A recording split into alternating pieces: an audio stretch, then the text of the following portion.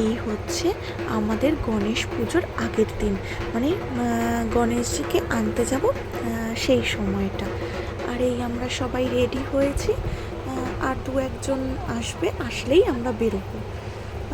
তো এখানেও আমাদের বন্ধু ঢাক বাজাচ্ছে, আর এই হচ্ছে আমাদের মণ্ডপ। এই বেরিয়ে পড়লাম। আর আমরা একদিন এতটাই আনন্দ করি, এত মজা করি, যেন এতটাই ব্যস্ত থাকি যে ভিডিওটা ছাড়তে একটু লেট হয়ে গেল। আর এই দেখো বাইক, মানে রাস্তায় কত মানে ভালো লাগছিল দেখতে, বাজার বসছে চারিদিক আলোয় আলোয়। আর এই দেখো দেখতে দেখতে চলেও আসলাম একদমই যেখান থেকে গনুসোনাকে নেব সেখানে। আর সেখান থেকেই দেখো আর এক গনুসোনা চলে গেল, তাদেরও পুজো করবে, তারাও নিয়ে চলে গেল। আর এই দেখো আর একজনও চলে গেল। আর এই আমরা সবাই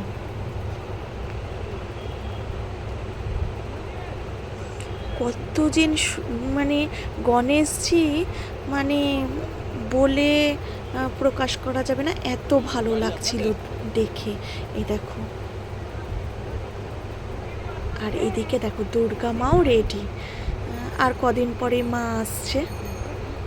আর এই দেখো সব গণেশজিকেই যেন আলাদা রকম সৌন্দর্য দিয়ে ফুটিয়ে উঠিয়েছে, কত সুন্দর সাজিয়েছে বলে প্রকাশ করা যাবে না। এই দেখো এক একজনকে এক এক রকম সুন্দর লাগছে দেখতে। আর এই হলো আমার গণেশজি, কতটা সুন্দর লাগছে বলুন তো। হাতে গদা নিয়ে বসে আছে, যে দুষ্টু করবে তার পিঠে পড়বে গদার বাড়ি। আমি জাস্ট ইয়ার্কি করলাম।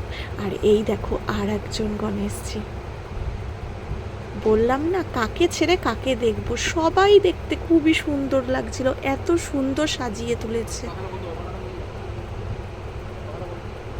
এই দেখো, আর এই আমাদের গণেশজি এইবার আমাদের কাছে আমাদের সঙ্গে আসার জন্য রেডি। ও উঠে পড়লো গাড়িতে।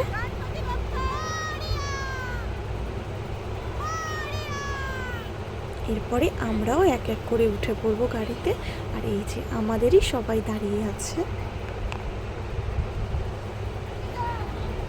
আমাদের এই গণেশ পুজোটা নিয়ে এতটাই আনন্দ হয় যেন ভাষায় বলে প্রকাশ করা যাবে না। আর এই যে কিছু বন্ধু, যেহেতু গাড়িতে জায়গা হবে না, বাইক নিয়েই গেছিল। আর এই দেখো গণপতি বাপ্পার বলতে বলতে এসছে।